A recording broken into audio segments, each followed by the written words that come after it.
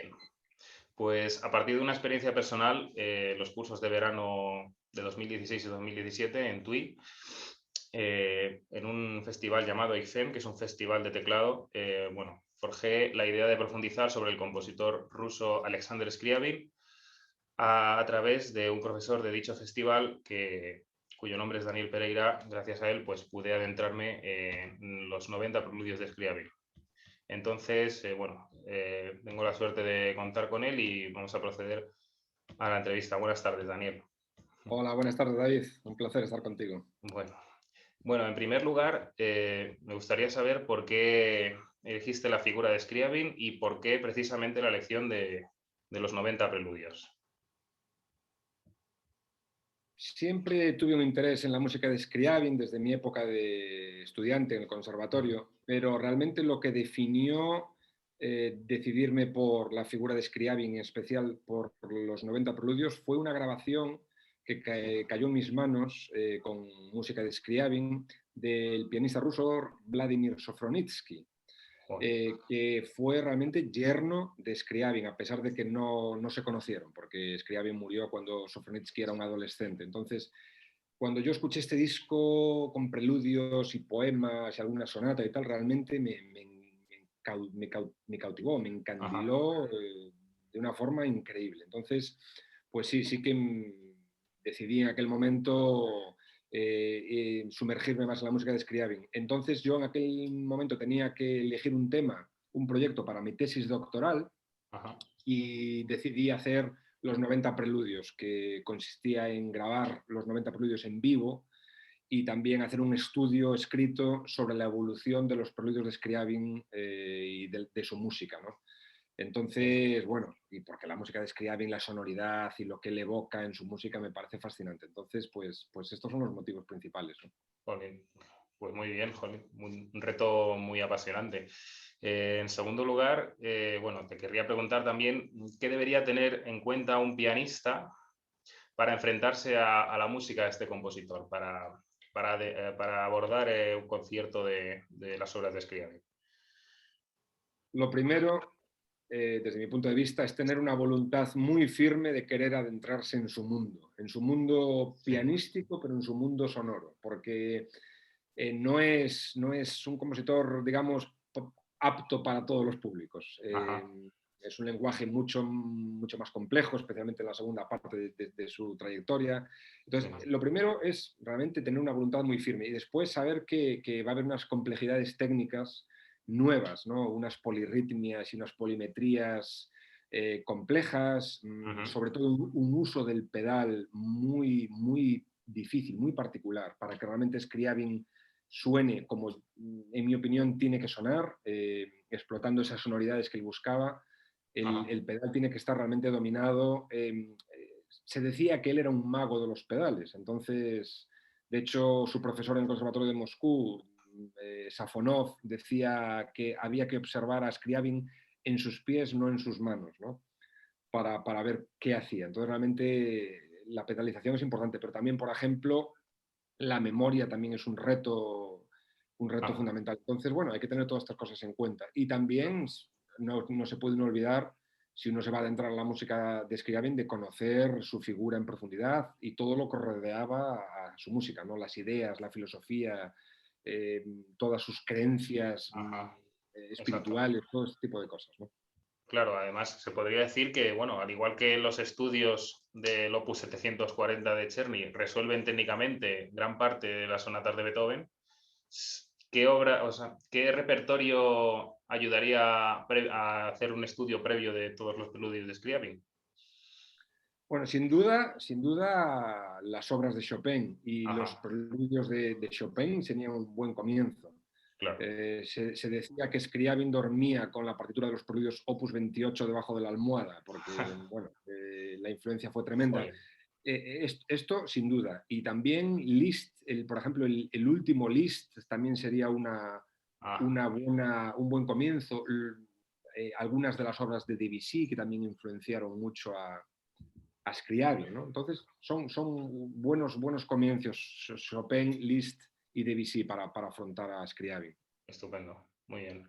Bien, bueno, ya has hecho referencia, pero para ti, ¿cuál es el peso del misticismo y de la teosofía en general en la música de Scriabin?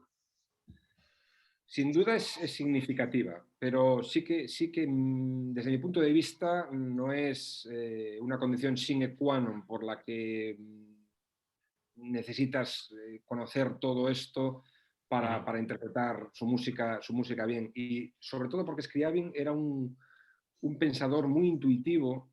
Ya desde su adolescencia tenía inclinaciones filosóficas, pero primero eran sus ideas y después buscaba la confirmación de esas ideas en los escritos de otros, Anda. pero no al revés. Entonces, lo importante es que sus ideas, según él, se valían por sí mismas y no necesitaba, la influencia no fue tanto al revés, que él leía algo, tenía una conversación con alguien y eso iba a afectarle, ¿no? Claro. Él tenía muy claro lo que él pensaba y entonces realmente después solo buscaba la confirmación en otras creencias. Ajá. El misticismo y la teosofía eh, sí que sin duda están presentes, ¿no?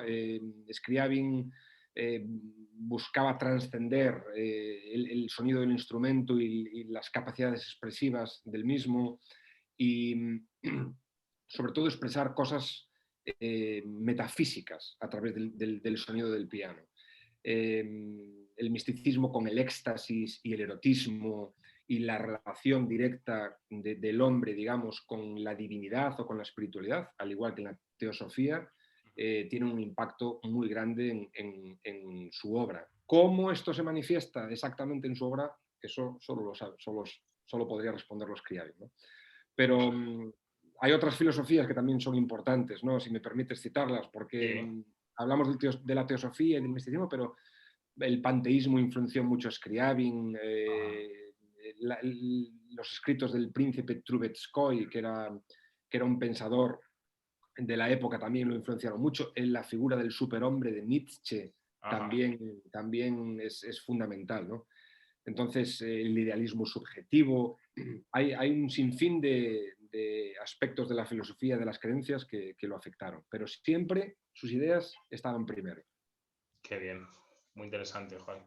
Pues me gustaría ahora preguntarte sobre el aspecto, bueno, extrasensorial, si se puede aplicar a la música el aspecto sinestésico en cuanto a percepciones sensoriales, de colores y demás asociados a las armonías de este compositor. Sí, sin duda, sí, pero desde mi punto de vista, la sinestesia en Scriabin está sobrevalorada. Ajá. Eh, yo me atrevo a decir que se habla demasiado del aspecto sinestésico en Scriabin y de la influencia que ha tenido en sus obras.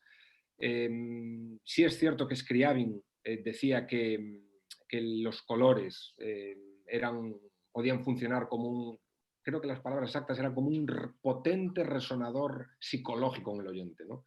Ajá. Y de ahí la sinfonía número 5, Prometeo del Fuego, que incluye un órgano de colores, etcétera, ¿no? Pero no creo que sea una condición indispensable para entender su música, ¿no? De acuerdo. Un contemporáneo de Scriabin y un estudioso de la figura de Scriabin, que era Leonid Savaneyev, dijo que Scriabin no era sinesteta realmente, que las asociaciones de colores y tonalidades, que no sonidos aislados, sino con tonalidades, Ajá. eran artificiales, eran arbitrarias, ¿no? Claro.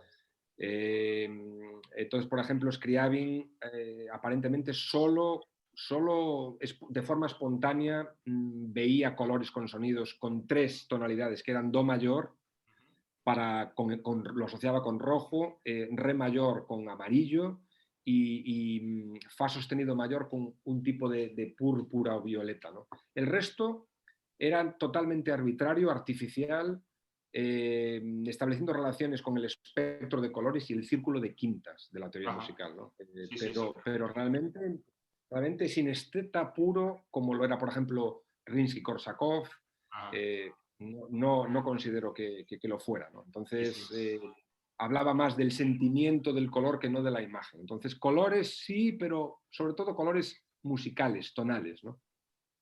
Estoy totalmente de acuerdo. Sí, sí. Jolín.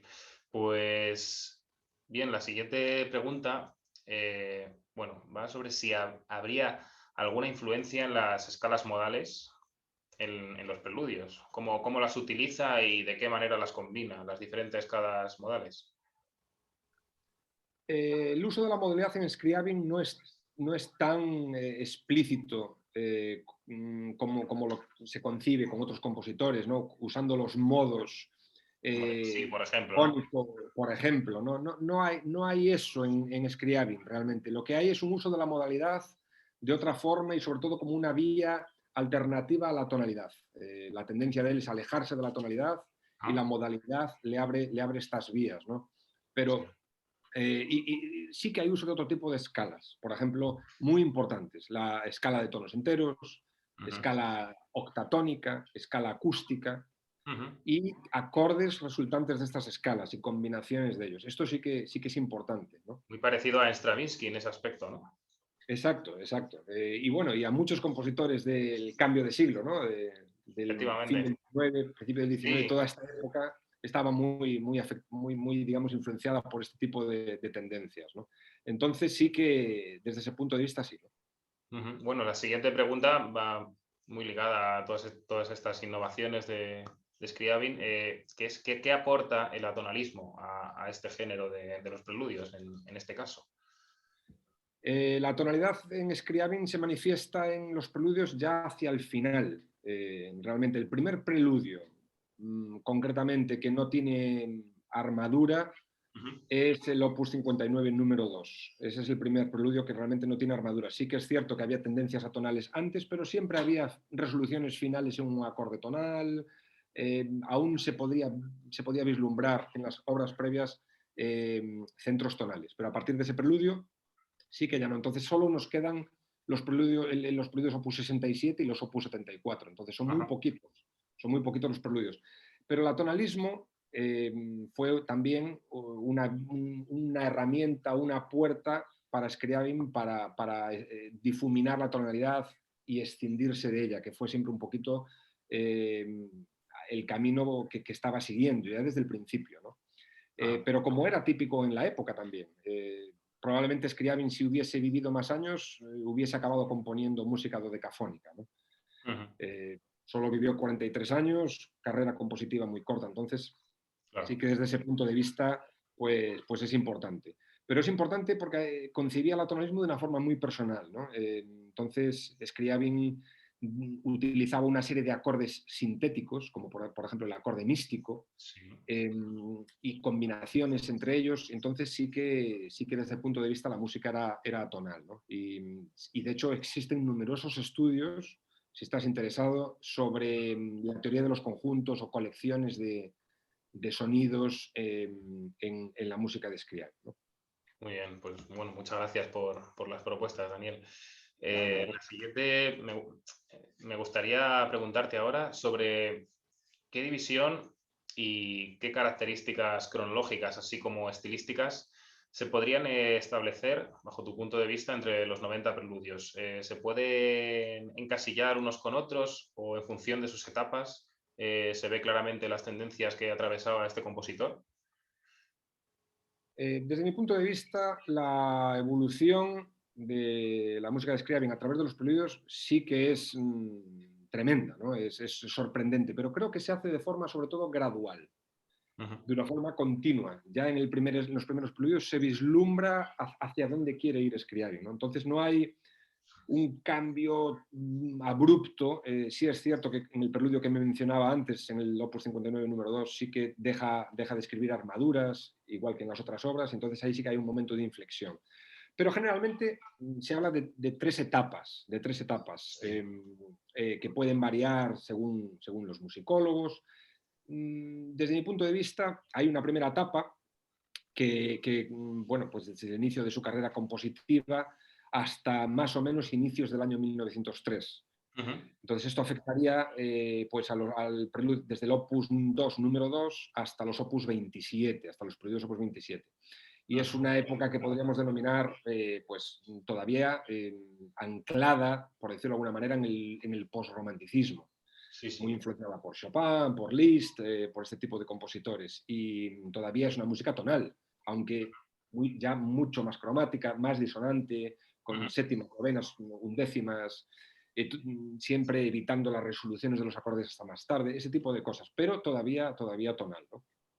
Después, en la segunda etapa, a partir de 1903, es muy curioso porque los años previos a 1903, Scriabin estaba dando clases en el Conservatorio de Moscú y se quejaba de que no tenía tiempo para componer prácticamente. Y Claro. produjo muy pocas obras en esta época. Pero en el año 1903 dejó el puesto y empezó a componer con nuevas ideas y produjo muchísimas obras en el verano de 1903, unas 40 en total, ¿no? Si contamos cada preludio, cada poema, cada pieza. Entonces fue un verano importante. Entonces sí que desde 1903, con la sonata opus 30, la número 4, ¿no? Sí. Los preludios opus 31, sí que se abre un nuevo camino de expansión y de alejamiento de las tendencias del siglo XIX. Entonces, podemos decir que desde 1903 a 1908, a las piezas que incluyen las piezas opus 56 que incluyen un preludio, Sí, sí que hay nuevas tendencias cada vez más cromáticas, claro. más disonantes, cada vez la tonalidad está más difuminada, más alejada, se empiezan a introducir sonoridades por cuartas cada vez más, mucho uso de la sexta aumentada francesa, Ajá. entonces sí que cada vez nos alejamos más. Y después se podría hablar, a partir de 1910, hay un impasse ahí donde no se compusieron preludios. Entonces, digo que la segunda etapa es hasta 1908 y la tercera etapa pues hasta, a partir de 1910, que se iniciaría con el preludio opus 59 número 2, que es el que mencioné antes, que no tiene armadura. Ajá. Construido por cuartas, mucho más disonante, sin resoluciones, es completamente una sonoridad definitivamente nueva. Y que continuaría con los preludios opus 67, con el uso del acorde místico, que Ajá. también está construido por cuartas, con finalizaría con los 5 preludios opus 74. Y entonces, es importante que la sinfonía de quinta de Prometeo, del fuego, es el opus 60. Entonces, Jolín. yo estoy diciendo que la tercera etapa empieza con el opus 59, ¿no? Entonces es interesante. Ajá. Y sí que en este final, pues el lenguaje es completamente nuevo, con uso de estos acordes sintéticos que te mencionaba antes, como el acorde místico, que Sí. por cierto no es un nombre de Scriabin. Scriabin le llamaba el acorde del pléroma. Ajá. El acorde místico es una terminología acuñada por otra persona. Y entonces la base de las composiciones eran sobre todo acordes por cuartas, el acorde místico y otros conjuntos de sonidos y sus transformaciones, sus variaciones, permutaciones y también el uso del tritono muchísimo, ¿no? Sí, sí, sí. Para crear También esa tensión, ¿no? Que nunca, bueno, o que puede o resolver o no, según exacto, la exacto. secuencia de la obra. Totalmente de acuerdo. De hecho, el tritono divide a la escala en dos partes exactamente iguales y esto fue una herramienta fantástica para Scriabin. Sí. Y podemos hablar no de tónica y dominante, sino de acordes de reposo y acordes de no reposo, ¿no? Ajá, efectivamente. Pero entonces sí que es una música que se vuelve también, eh, es más económica, más fragmentada. Muchos eh, centros de gravedad, ¿no? Imagino también. Exacto, exacto, ¿no? Entonces sí que es muy interesante, ¿no? Y hay también menos separación entre la melodía y la armonía. Entonces, bueno, estos tres periodos más o menos puede decirse que sí que están de alguna forma claros, ¿no? Muy bien, pues jolín, me parece muy interesante y bueno, las siguientes preguntas que te iba a formular ya has hecho referencia a ellas en parte, pero bueno, pues si quisieras, si pudieras añadir algo más, me gustaría saber qué aporta Scriabin a la modernidad, ¿no? A esa época de principios del siglo XX donde tantos compositores revolucionarios, entre comillas, confluyen y también, en tu opinión, cómo aparece o bajo tu percepción y experiencia personal en la preparación de los preludios, cómo aparece la influencia de compositores como Frédéric Chopin, Franz Liszt o incluso Wagner en los preludios.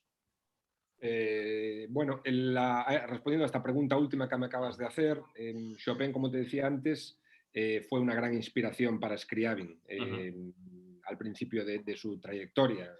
Fíjate que Scriabin compuso impromptus, mazurcas, valses, Mismo nocturnos, que Chopin. preludios. igual que Chopin, ¿no? Sí. Y aún es más, los preludios Opus 11 guardan referencias y quizás pequeños homenajes a Chopin, ¿no? El número 3 evoca un poquito el Opus 28 número 3 en sol mayor, Sí, también, sí, sí. pero en una mano diferente.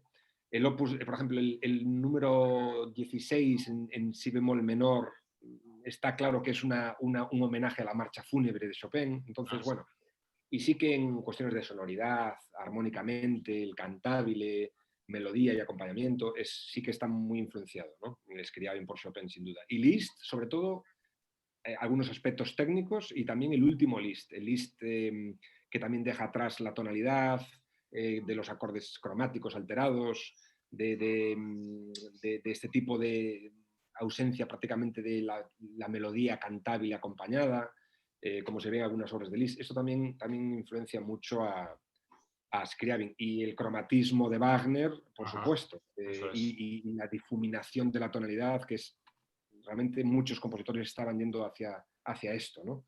Hacia este camino. Entonces, esta mezcla también que hay entre melodía y armonía en Wagner algunas veces y ralentar o retrasar las resoluciones mucho Exacto. tiempo, pasa con Scriabin también.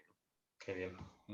Bueno, Y pues la otra sí. pregunta era qué aporta la modernidad, ¿verdad? Sí, que aporta una figura como Scriabin pues al cambio de siglo y al cambio de tendencias, a lo que llamamos, así un término muy genérico, la modernidad, ¿no? Sobre todo en la música. Claro, sí. Bueno, sin duda, Scriabin fue una figura pionera en algunos campos. Por ejemplo, la obra que dejó inacabada, que era una obra de unas dimensiones y de una magnitud colosal, que era el Mysterium, Sí, podríamos decir que se puede considerar como la obra, por lo menos en concepción, la primera obra multimedia de la historia, ¿no? sí, que la dejó inacabada porque, bueno, falleció, ¿verdad? Pero Claro, sí, murió con 43 años. él mismo dijo que era uno de sus proyectos más ambiciosos, sino el que más. Sin duda, y está manifestada alguna de esa música que se iba a incluir en Mysterium, está incluida en los preludios Opus 74, por ejemplo, el número 2, ¿no? Muy interesante. Pero, ¿qué podría decirte? Bueno, que el Mysterium, como sabes, es una obra que involucraba todas las artes, al público también como participante, que se iba a hacer en la base del Himalaya. Ajá. Scriabin, de hecho, Sí, compró un trozo de tierra en un sitio que se llamaba sí es. Darjeeling. Sí, sí. Entonces, con arquitectura móvil, como las pantallas hoy que se mueven y todo esto, ¿no? Entonces, aromas, coreografía, Totalmente poesía. revolucionario para la época. Exacto, infelizmente no se llevó a cabo. Tampoco sé si con los medios de la época podría hacerse lo que él quería, ¿no? Bueno, Pero sobre todo lo que aporta es un lenguaje propio, ¿no? Porque sí que con cierta atonalidad, pero ese uso del acorde místico, de sus transposiciones, de sus permutaciones, es fascinante. La sonoridad, el espaciado de los acordes, ajá. cómo usa Scriabin esto. Por cierto, en relativo al pianismo, cuando me preguntaste sobre los pianistas que deberían de pensar, Sí, eh, la apertura, la extensión de los acordes es algo realmente muy complicado a veces, ¿no? claro. Requiere de una Todo muy mano arpegiado. grande, ¿verdad? Se puede No, decir. no tenía una mano grande porque arpegiaba todo, pero no tenía una mano tan grande, escribían realmente, ¿no? No como la de Rachmaninoff o como la de Mettner o como la de Weber, ¿no? Pero Ujú. sí que usar en combinación las extensiones de los acordes con el pedal es complicado. Esto como paréntesis, pero Sí, sin duda, sí, la sonoridad de Scriabin es muy novedosa y abrió camino a muchos compositores. De hecho, Boris Pasternak, que fue premio Nobel de literatura y amigo de Scriabin, decía que denominó a los primeros 30 años del siglo XX la era de Scriabin, ¿no? la era de Entonces, Scriabin. la influencia fue tremenda. Pero sobre todo yo me atrevería a decir que donde más aportó a la modernidad y a la música en general es en la trascendencia de la expresión, Sí, sí, sí. con intentar ir más Trascendencia allá. del instrumento, bueno, de la música. Exacto, sí, como antes pudo hacer Beethoven quizás, ¿no? Sí, sí, En su momento, ¿no? sí, Que fue Beethoven. mucho más allá que compositores previos. Y Scriabin, creo que cuando escuchas la música de Scriabin, sabes que es Scriabin, no tienes absolutamente ninguna duda, ¿no? Sobre todo de la mitad hacia adelante, ¿no? Entonces lo identificas, es completamente idiosincrático, ¿no? Entonces sí que este nuevo mundo subjetivo, interno, es realmente sin parangón, no tiene parangón desde mi punto de vista. Se podría decir que cambia el lenguaje y crea un lenguaje, valga la redundancia, nuevo, como hizo en su día Claude Debussy, ¿no? Algo así. Exacto, exacto, exacto. Bueno, pues, bueno, ahora te querría preguntar por si has tenido o quisieras compartir alguna sensación, sentimiento o quizá algún recuerdo que te hayan evocado este conjunto de preludios, o bien en su aprendizaje, o bien o en alguna interpretación. Claro, bueno, mucha alegría, pero mucho sufrimiento también. Claro, porque son muy Eh, diversos, ¿no? claro, sí, sí, sí. Bueno, los preludios son 90 piezas. Ujú. Claro, lo que evocan estos preludios es muy personal y cambia. Claro. Lo que me evoca hoy puede ser que no se corresponda a lo que me evoca mañana, ¿no? Pero Ujú. sí que a mí me gusta hablar, en vez de 90 sentimientos o 90 estados del alma. Me gusta referirme a los preludios como 90 estados del alma, Qué ¿no? bonito. Porque realmente el abanico por lo menos que a mí me evocan y dejan volar mi imaginación de sentimientos, es variadísimo, ¿no? Desde pues, un amor muy variado, pero también hay nostalgia por muchos elementos, hay éxtasis, hay lujuria, hay sensualidad, erotismo, hay elementos diabólicos, de angustia. Realmente creo que nunca explorados hasta ese extremo con otros compositores, ¿no? Elementos de trascendencia metafísica, por decirlo de alguna manera, ¿no? Ajá. Y, y también, bueno, sin duda hay luz, pero hay oscuridad. Es emocionalmente muy intenso, ¿no? Entonces, Jolín. sin duda es muy personal, ¿no? Pues qué bonito y bueno, ahí está la magia, ¿no? También de la música de Scriabin, que en Claro, función de cada intérprete o en función de en qué etapa de tu vida pianística te encuentres, te puede aportar unos sentimientos u otros, ¿no? Así que bueno, pues exacto, exacto. muchas gracias por la respuesta. Y bueno, para finalizar, me gustaría preguntarte cómo se afronta la interpretación de los 90 preludios en público, puesto que bueno, es un reto realmente muy importante y muy difícil, tanto en el ámbito memorístico como en el ámbito físico, ¿no? De aguantar bien, no sé exactamente cuánto duran los 90 preludios de manera consecutiva, pero me gustaría saber cómo has afrontado tú la interpretación en público de estos 90 preludios. Bueno, la duración de las 90 piezas más o menos está en torno a 2 horas. Ujú, Puede ser un poco más, un poco menos, pero más o menos, en torno a 2 horas, ¿no? Ocuparían los preludios enteros dos CDs completos, ¿no? ujú. Bueno, Lo más difícil, desde mi punto de vista, de tocar los 90 preludios en público es asimilar la cantidad de material musical, sonoro y expresivo diferente, porque cada preludio es diferente al siguiente, ¿no? claro. Entonces, claro, son 90 piezas diferentes. Entonces, si vas a tocar esto en público, lo cual tocar los 90 en un mismo recital me parece realmente una auténtica barbaridad, eh, tanto para el intérprete como para el oyente. Es demasiado intensa, demasiada información. Y esto algunas personas que me han escuchado en público lo han dicho, es demasiado, ¿no? Yo Ujú. nunca toqué los 90 preludios en el mismo concierto, he hecho los 90 en 2 conciertos, pero sí que he hecho 55, hasta 55 preludios he tocado en un solo recital. Y es la verdad que es bastante complicado, sobre todo porque tienes que asimilar, cambiar emocionalmente, pianísticamente, Mental. los tempos de un preludio al otro muy rápido, Sí, sí, sí. ¿verdad? Consecutivamente. No tienes 10 minutos para cambiar de uno a otro, entonces tienes que asimilarlo, cambiar de mundo, de emoción Cambiar de chip, ¿no? Coloquialmente hablando. Muy rápidamente. exactamente, exactamente. Entonces yo trabajé mucho esto. Me ayudó mucho lo que Boris Berman llama como la técnica de las emociones, que es trabajar fuera del piano la emoción como si fueras un actor de cada pieza, ¿no? Ujú.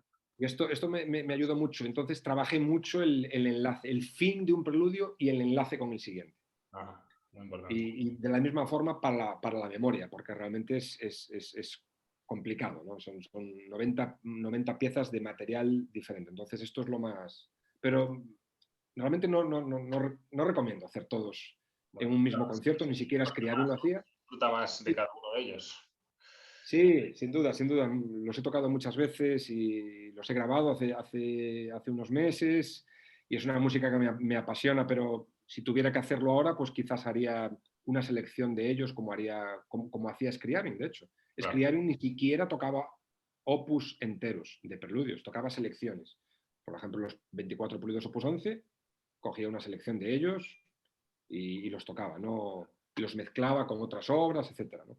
Entonces, bueno, pues es un poquito lo que yo puedo recordar de la preparación para tocar esto, ¿no? 24 que, por cierto, que es otro guiño a Chopin, ¿no? Bueno, a Chopin y a Bach y a todos los compositores que siempre usan la misma cifra de preludios. Sí, bueno, con la excepción de César Cui, que escribió 25, repitiendo su preludio en do mayor como número 25, pero sobre todo Scriabin guarda relación con Bach, pero sobre todo con Chopin porque sigue el círculo de quintas y sus relativos menores, ¿no? Efectivamente. Bach lo hace de forma diferente. Bach va cromáticamente de forma ascendente, ¿no? Eso es.